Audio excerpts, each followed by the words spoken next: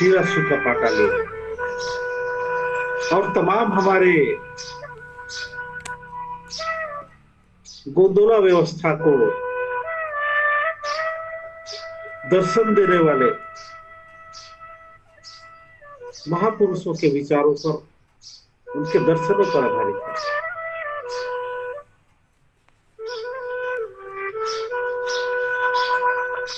आज के समय में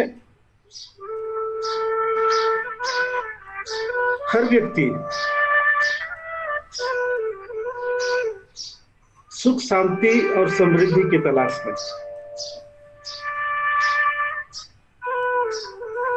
दर दर की ठोकरें खा रहा है। वो सुख की तलाश में, शांति की तलाश में बाहरी दुनिया में मंदिर, मस्जिद, तीर्थ स्थल,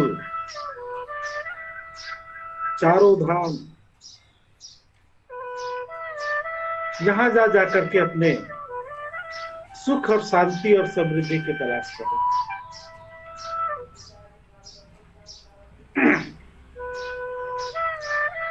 जबकि कोसोडुम ने कहा, हमारे आदि शंभु, कि सुख शांति और समृद्धि हमारे भीतर है, इसको बाहर खोजने से नहीं मिलेगा।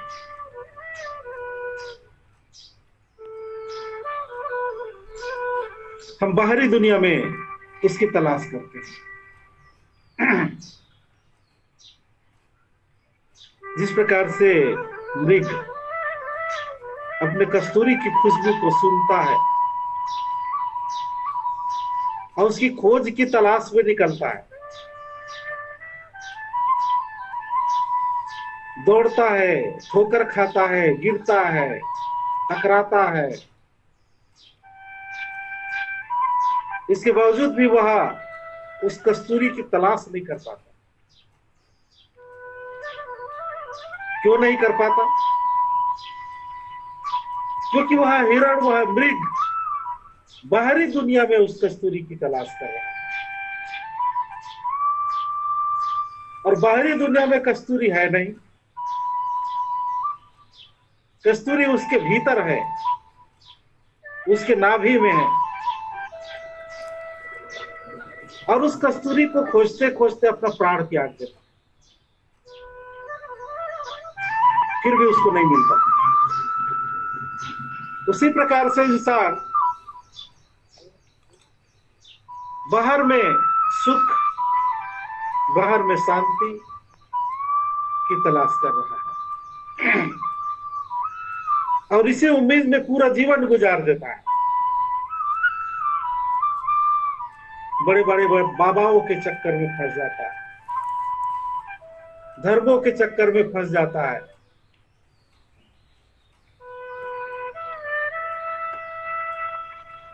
उसके बावजूद भी उसको सुख और शांति नहीं मिलता।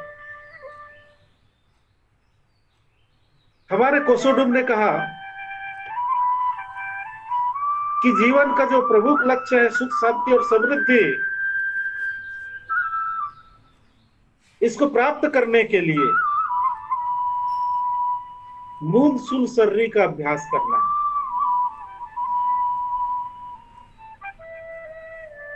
मतलब बाहरी दुनिया में भटकने की, खोजने की जरूरत नहीं है, मूंद सुन सर्री का अभ्यास करना है।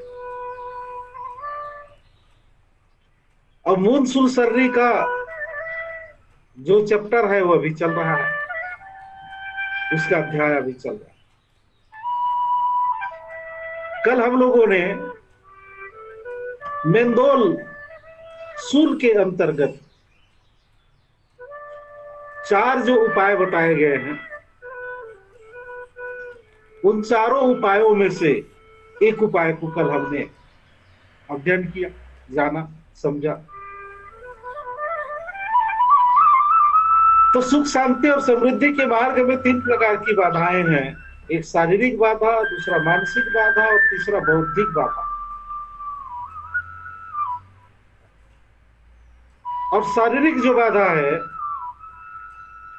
उस बाधा को दूर करने के लिए 4 उपाय बताए गए। मानसिक बाधा को दूर करने के भी 4 उपाय बताए गए हैं और बौद्धिक बाधा को दूर करने के भी 4 उपाय बताए गए हैं। इस प्रकार से मूल स्थूल शरीर में 12 उपाय, 4 तिया 12 बताए गए हैं।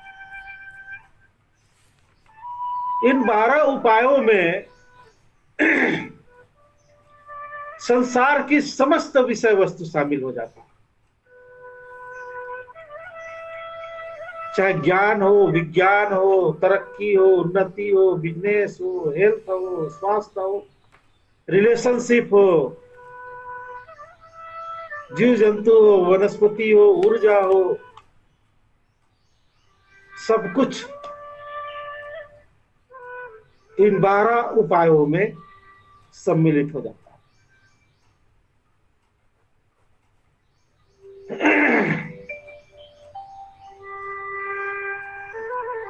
तो शारीरिक बाधा को मेंदोल शूल कहते हैं, मानसिक बाधा को मतीय शूल और बौद्धिक बाधा को मोद्दुर शूल। शूल मतलब बाधा, कष्ट, पीड़ा, तकलीफ। शारीरिक जो बाधा है, शारीरिक जो कष्ट है, शारीरिक जो तकलीफ है, उसको दूर करने के लिए 4 उपाय जो सुख, शांति और समृद्धि के मार्ग में अवरोध पैदा करता है। 4 उपाय है कय, कयोम, वंक और निंगा। कय का मतलब होता है शारीरिक जो कर्म हम प्रतिदिन जो करते हैं, शरीर से किया जाने वाला कर्म।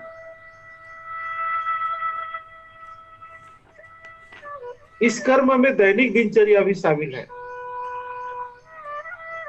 हम किस प्रकार से कर्म कर रहे हैं। यदि कर्म हमारा, शारीरिक कर्म हमारा सही है, तो सुख, शांति और समृद्धि मिलेगा। शारीरिक कर्म खराब है तो सुख, शांति और समृद्धि नहीं मिलेगा, क्योंकि शारीरिक कर्म यदि खराब है तो बहुत से बीमारियां पैदा होंगी। नशे का सेवन करना,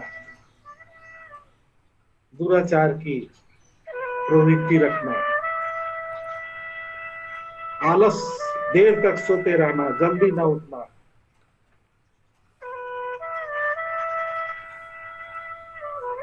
बहुत से सकारात्मक कर्म को करने पड़ेंगे, क्योंकि जैसा कर्म होता है वैसा हमारा भविष्य का निर्माण होता है। इस विषय पर कल बात हो गई थी। आज दूसरा जो उपाय है कयोम।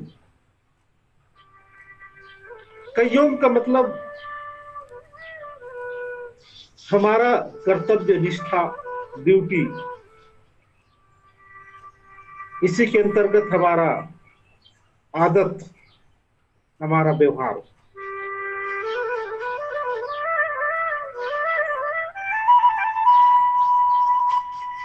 हमारा जो कर्तव्य है, हमारा जो ड्यूटी है, उसको सुनिश्चित करना पड़ेगा। जिस काम को करने के लिए जिम्मेदारी ले लिया जाए, उस काम को समय पर पूरा यदि ना हो तो वो दुख का कारण बन जाता है, वो अशांति का कारण बन जाता है और वो विसमृद्धि का कारण बन जाता है। इसलिए अपने कर्तव्य को, अपने कर्तव्य निष्ठा को समझना होगा जिसका जो ड्यूटी है उस ड्यूटी को निष्ठापूर्वक निर्वहन करना होगा। कल्पना करिए कि यदि माँ बाप बच्चों के प्रति अपनी ड्यूटी को, अपने कर्तव्य को, लालन पालन और संस्कार का जो ड्यूटी है, कर्तव्य है, उसको सही तरीके से ना करे, तो क्या उस बच्चे के भविष्य में सुख शांति और समृद्धि आएगा, या फिर उस गार्जियन के जीवन में सुख शांति और समृद्धि आएगा? एक किसान व्यक्ति जब खेती करता है तो फसल को उगाने से लेकर के फसल के पूरा परिपक्व होने तक, बल्कि फसल को उगाने से पहले खेतों की तैयारी करेगा, उसकी जुताई, अनुकूल उर्वरकता को बढ़ाएगा जमीन का, तब कहीं जाकर के फसल तैयार होता है। ऐसा नहीं कि किसान धान का बीज बो दिया उसके बाद फसल को देखने तक नहीं जाना है, उसको मवेशी चल रहा है कि क्या कर रहा है इससे कोई लेना देना नहीं, ऐसा नहीं। जिस काम को करने की बीड़ा उठाया गया है उस काम में डूब जाना, और वो काम जब तक पूरा ना हो तब तक उसको अधूरा नहीं छोड़ना, और उस काम को करने के लिए जो भी टेक्निक तरीके का इस्तेमाल करना पड़ रहा हो, जो भी संसाधन का इस्तेमाल करना पड़ रहा हो, वो सारे संसाधन, सारे टेक्निक को उसमें झोंक देना। और उस काम को करने के लिए यदि कहीं से शिक्षा की जरूरत पड़ रहा हो, मार्गदर्शन की जरूरत पड़ रहा हो, कोचिंग की जरूरत पड़ रहा हो, ट्रेनिंग की जरूरत पड़ रहा हो, तो वो भी ले लेना, लेकिन उस काम को अधूरा, आधा मन से, अनमन तरीके से नहीं, उसको पूरा कंप्लीट और परफेक्ट तरीके से करना, ये कर्तव्य निष्ठा होता है। जो काम ले लिए उस काम को पूरी ईमानदारी से करना। कर्मचारी व्यक्ति यदि अपने ड्यूटी को सही तरीके से ना करे और दूसरे कामों में व्यस्त रहे, तो उस कर्मचारी के लिए संकट आ सकता है। अब वो संकट सुख शांति और समृद्धि के मार्ग में बाधा हो सकता है। इसलिए अपने कर्तव्य को चुनने से पहले आपके पास क्या उस कर्तव्य को करने की कौशल है, या फिर उस कर्तव्य को करने के लिए क्या आपके पास रुचि और इंटरेस्ट है?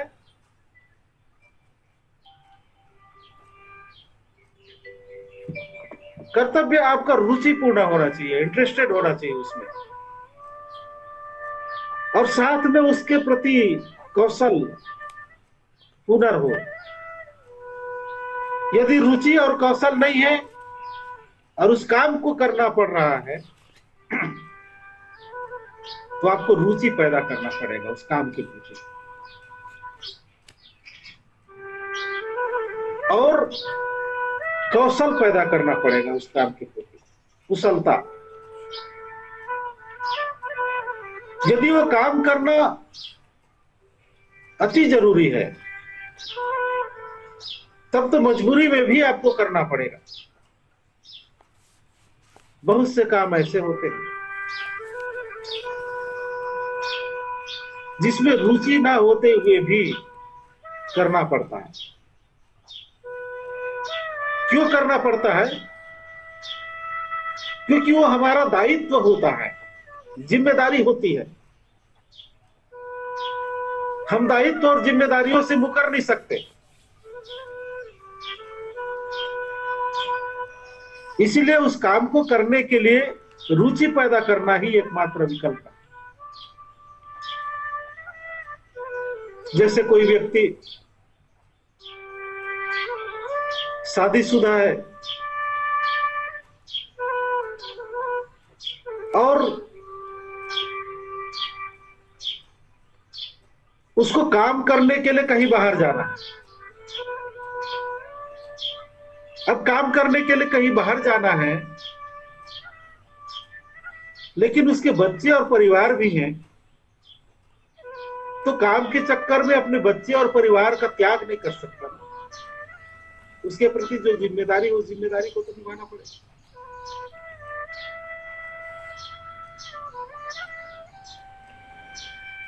माँ बाप अपने बच्चों के प्रति जिम्मेदारी को त्याग नहीं कर सकता। उसी प्रकार से जहां पर कोई व्यक्ति काम कर रहा है, जिस संस्था में, उस संस्था में उस काम को करने की जिम्मेदारी उसकी है। उस जिम्मेदारियों से वो भाग नहीं सकता।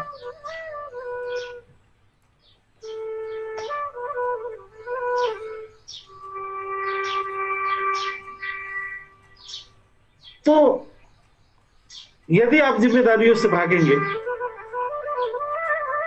तो सुख शांति और समृद्धि में बाधा उत्पन्न होगी। लेकिन अपनी जिम्मेदारियों को बदला जा सकता है। जिस चीज में बिल्कुल भी रुचि ना हो, तो उसके विकल्प में कुछ ऐसा काम की शुरुआत किया जा सकता है जिसमें आपका मन लगता हो और साथ में आपका पारिवारिक, सामाजिक या नैतिक जिम्मेदारियों की भी पूर्ति होता है।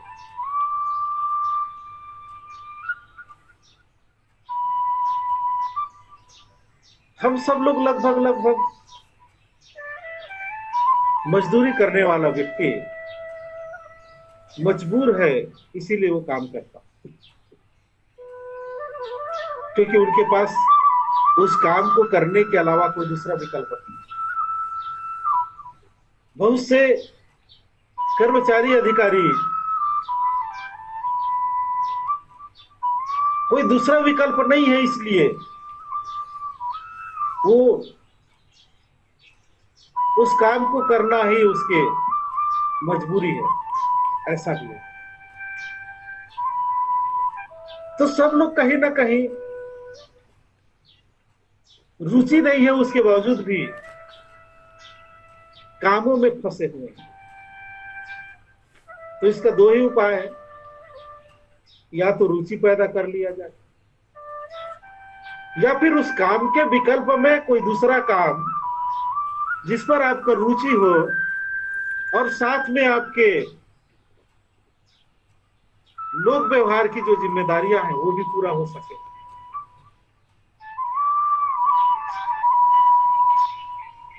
ये करना होगा। और ये जो ड्यूटी है, कर्तव्य है, उसको पूरा करने के लिए बहुत परिश्रम करना पड़ रहा है, ऐसा सिर्फ महसूस होता है। आप महसूस करते हैं इसलिए। लेकिन यदि आपको लगता है कि बहुत मेहनत करना पड़ रहा है, बहुत कठिन काम है, तो उससे बचने का एक ही उपाय है कि उस काम के प्रति अपनी आदत में सुधार करना पड़ेगा। आदत और व्यवहार, यदि उसको समय के साथ अनुशासित तरीके से अपनी आदत में शामिल कर लें, आदत और व्यवहार में, कि इतना बजे से इतने बजे तक इस काम को मुझे कंप्लीट करना है। देखिए, कोई काम जो है बोझ तभी लगता है जब तक वो काम पूरा नहीं हुआ रहता है, तब तक। अब वो काम जब कंप्लीट होता है तो कितना सुकून महसूस होता है कि चलो यार ये काम कंप्लीट हुआ। तो कहीं ना कहीं हम काम करने के तरीके बहुत से काम को एक साथ फैला करके रखते हैं, जिसके कारण से कोई भी काम पूरा नहीं होता है। और यदि हम बहुत से काम को एक साथ फैला करके रखते हैं, जिसके कारण से कोई भी काम पूरा नहीं होता, और हम दिन भर बिजी रहते हैं, चारों तरफ से टेंशन आता है, इसका मतलब काम में खराबी नहीं है, हमारी आदत में खराबी है, हमारे काम करने के तरीके में खराबी है। तो उसके लिए आपको कामों का वर्गीकरण करना पड़ेगा। महत्वपूर्ण काम को पहले, छोटे काम को पहले, छोटे किंतु महत्वपूर्ण काम को पहले एक लिस्ट बना करके क्रमशः क्रमबद्ध तरीके से उसको करना पड़ेगा। और जिस काम को करने के लिए बैठना है, उस काम को जब तक पूरा ना हो, दूसरा काम की शुरुआत मत करना। ये काम ही टेंशन बढ़ा देगा यदि वो सही तरीके से पूरा ना हो तो। और सही तरीके से पूरा ना होने से कर्तव्य निष्ठा प्रभावित होगा, ड्यूटी प्रभावित होगा, कर्तव्य प्रभावित होगा, और जीवन कष्टमय हो जाएगा फिर। इसलिए सभी कामों का बंटवारा कि भाई आपका क्या क्या ड्यूटी है, क्या क्या जिम्मेदारी है, इसका पूरा सूची आपके पास होना चाहिए। और कौन से कर्तव्य को पहले पूरा करना है, कौन से कर्तव्य को बाद में पूरा करना है, और कितने समय में पूरा करना है, इसमें क्या क्या बाधाएं आती है, उन बाधाओं को दूर करने के लिए किससे किससे मार्गदर्शन लेना है, ट्रेनिंग लेना है, किन किन लोगों से सहयोग लेना है, ये सारा प्लान आपको प्रतिदिन करने पड़ेंगे। बिना प्लानिंग किए, बिना कार्य योजना के हम जब कोई काम को करते हैं तो उस काम में उलझ जाते हैं।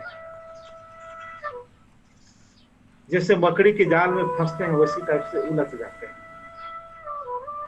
जब हम किसी काम में उलझ जाते हैं, तब उस काम को करने की रुचि खत्म हो जाती है और वो हमको बोझ लगने लगता है, हमको कष्ट लगने लगता है। लेकिन वही काम को रुचिपूर्ण तरीके से करना हो तो सिस्टमेटिक तरीके से उसको प्लान बनाना पड़ेगा और क्रमबद्ध तरीके से जिनसे जिनसे सहयोग लेना हो उनको उन कामों में अटैच करके उन कामों को पूरा करने का प्रयास करना चाहिए। और कई बार ऐसा होता है कि सारे कामों का बोझ अकेले सिर पर ले लेते हैं, तो कामों का सिस्टमेटिक बंटवारा भी आपको करना पड़ेगा। यदि आप अधिकारी हैं तो आपके नीचे और भी कर्मचारी होंगे, तो कर्मचारियों को कामों का सही तरीके से वितरण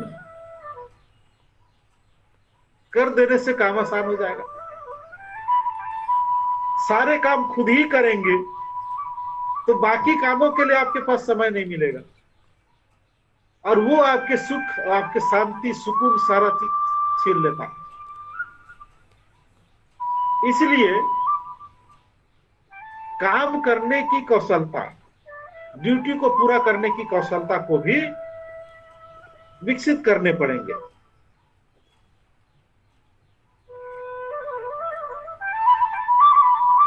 कईयों का मतलब यही है कि आपकी जो दैनिक दिनचर्या है दैनिक जो कर्तव्य है, ड्यूटी है, आपकी जो दैनिक आदत है, व्यवहार है, जिससे आपका कार्य प्रभावित होता है, उसको व्यवस्थित करना, सिस्टमेटिक करना। अब ये सारा चीज जो है मन और बुद्धि से भी जुड़ा हुआ है। वो आगे आकर के चैप्टर में आपको मन और बुद्धि से कैसे आपको सपोर्ट मिलेगा, वो चीजें बीच में आएंगी। कुल मिलाकर के हमारे जो कर्तव्य है, हमारी जो आदत है, हमारी जो व्यवहार है, वो यदि अच्छा होगा, व्यवस्थित होगा, अनुशासित होगा, कौशलपूर्ण होगा, रुचिपूर्ण होगा, तो हमारे जीवन में सुख, शांति और समृद्धि आएगा। और यदि वैसा नहीं होगा तो हमारा जीवन टेंशन में, तनाव में, तकलीफ में भर जाता है और सुख, शांति और समृद्धि में मार्ग पर बाधक बन जाता है।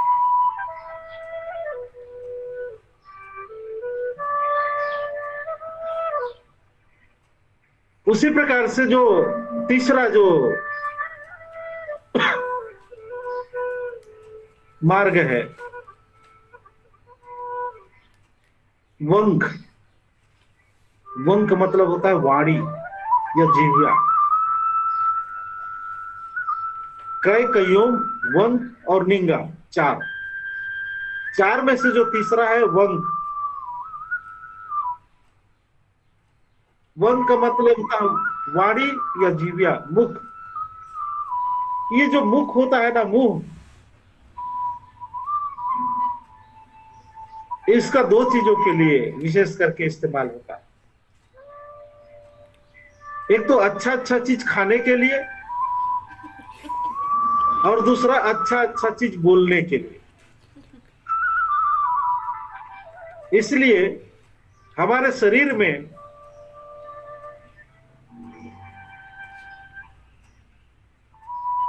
ये वंक का, मुख का बड़ा महत्वपूर्ण भूमिका है। हमारे शरीर कष्टमय होगा कि सुखमय होगा, इसका एंट्री गेट है हमारा ये मुख। किसी को भरा बुरा बोल दिए तो भी जीवन में तकलीफ है। कुछ खराब जिसका खाना पीना कर दिए तो भी जीवन में तकलीफ है। इसलिए मेंदोल सुल के अंतर्गत वंक को विशेष स्थान दिया गया है।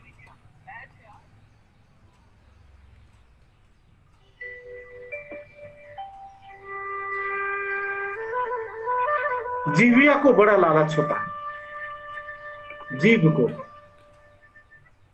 अच्छे अच्छे चीजों को खाने की। लेकिन कई बार यह डिसीजन नहीं ले पाता है, बुरे चीजों को भी खाता है। जैसे गुटखा जो होता है, मुंह में भर करके जो रखा जाता है, गुड़ाखू हो गया, तंबाकू हो गया, इसमें तो कोई मिठास भी नहीं होता है, उसके बावजूद भी मुंह, जीविया इसको खाता है। सही तरीके से खान पान को कंट्रोल करना, खराब खान पान का कंट्रोल करना और सही तरीके का खान पान का सेवन करना सेहत के लिए भी जरूरी है, मन और बुद्धि के लिए भी जरूरी है। इसलिए इस मुख पर नियंत्रण जरूरी है। और दूसरा, इसके वाणी पर अच्छे बोलना, मधुर बोलना, मुस्कुराना। अच्छा, इस मुख का तीसरा काम मुस्कुराना भी है, हंसना, मुस्कुराना। मतलब ये लोक व्यवहार को भी प्रदर्शित करता है। तो अच्छे अच्छे बोलना, मधुर बोलना, संबंध स्थापित करना, संबंध खराब करना, मुस्कुराना, गुस्सा प्रकट करना। जब हम गुस्से में होते हैं तो मुंह का स्वरूप बदल जाता है, दांत को चीप करके, जीभ को कस करके गुस्से में इस मुख की आकृति बदल जाता है, और प्रसन्नता में इस मुख की आकृति अलग हो जाता है।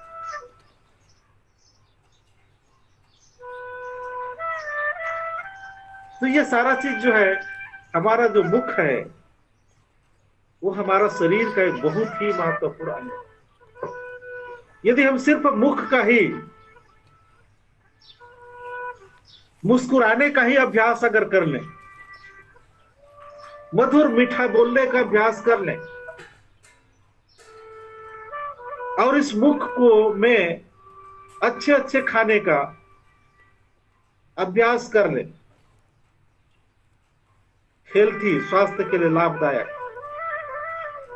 तो जीवन में तो फिर कोई कष्ट ही नहीं रहेगा। न बीमारी होगी, न ईर्ष्या, द्वेष, नफरत नहीं होगा। हमारा शरीर आरोग्य रहेगा, तंदुरुस्त रहेगा, और हमारा शरीर जब तंदुरुस्त होगा तो सुख, शांति और समृद्धि के मार्ग में किसी प्रकार की बाधा नहीं होगी। बोला हुआ चीज बहुत कष्ट देता है, और खाया हुआ चीज भी बहुत कष्ट देता है, और दिखाया हुआ चीज भी, प्रदर्शित किया हुआ गुस्सा भी बहुत कष्ट देता है। और जो कष्ट देता है वो सुख, शांति और समृद्धि के मार्ग पर बाधक होता है। तो मेंदोल सुल शर्री, शारीरिक बाधाओं को दूर करने के जो उपाय हैं,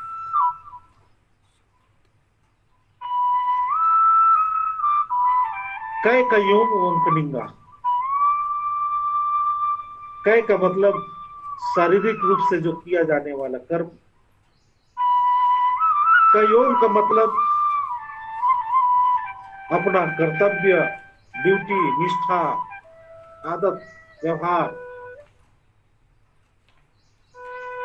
और वन का मतलब वाणी, जिह्वा, मुख से किया जाने वाला हरकत, व्यवहार, कर्म, मुख से किया जाने वाला, बोल करके, खा करके, दिखा करके, इनको संतुलित कर लिया जाए तो सबके साथ रिश्ते भी मजबूत होंगे, हमारा शरीर आरोग्य रहेगा।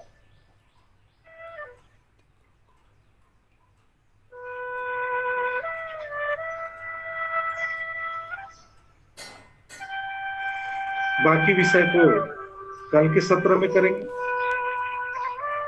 आज का अभ्यास वाला सत्र, शारीरिक जो बाधा है उनको दूर करने के लिए आपको भौतिक अभ्यास की जरूरत है। भौतिक अभ्यास में शंभू शेख ने योग और मानसिक अभ्यास के लिए तंद्रा। तो योग के अंतर्गत, योग मतलब जुड़ना, प्रकृति से जुड़ना, अपने भीतर के ताकत से जुड़ना, वही योग आगे चल करके योग कहलाने लग गया, शब्दों का अभ्रंश होने के कारण से। और उस योग को अन्य धार्मिक समूहों ने अपनी प्रॉपर्टी की तरह उसको उपयोग करने लगा। योग के अंतर्गत आज मानसिक अभ्यास न करके शरीर के प्रत्येक अंग का संचालन, योग को है उसको अपन दो रूपों में किया जाता है। एक तो व्यायाम के रूप में, व्यायाम का मतलब शारीरिक हलचल, अनुशासित तरीके से सारी हलचल, जैसे गर्दन का संचालन,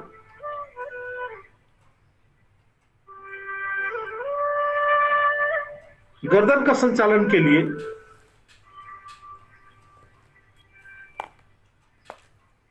योग की मुद्रा में बैठ करके या खड़े खड़े भी कर सकते हैं।